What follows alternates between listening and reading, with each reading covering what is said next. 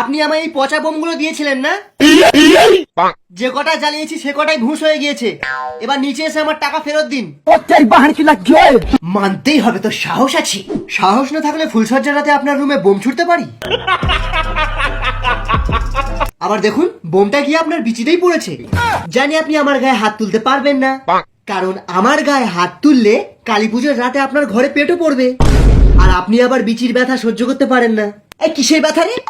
আমি এই বছর আমার ছাদে আমরা একটি বোম নিয়ে বসে থাকবো। আজ ড্যামেজ বোমগুলো এখানেই রেখে গেলাম। কালী পুজোর রাতে আসবো এক গাড়ি পেটো নিয়ে আপনার বিচিতে ফাটাতে। মাঝখানে আর আসছি না, তোকে আমি শেষ করে দেবো আজকাল।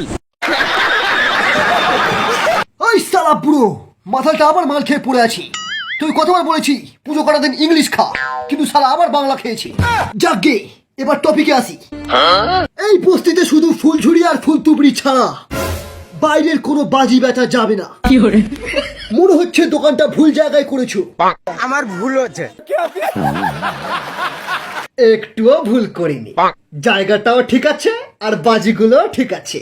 চকলেট বোম, পেটো বোম, দেওয়ালে মারা বোম। এবার বায়ু দূষণটা বসে বসে দেখো। বায়ু দূষণ তো পাদলেও হবে। পাদা কেষ্ট সালা পাদবো এখানে, গন্ধ শুকলেই শ্মশানে। বুম্বা, সেদিন তোর বাজির দোকান থেকে একটা ফুলঝুরির প্যাকেট চুরি করেছিলাম বলে তুই আমাকে মেরেছিলিস, কিন্তু তাতেও তুই আমার কিচ্ছু ছিঁড়তে পারিসনি।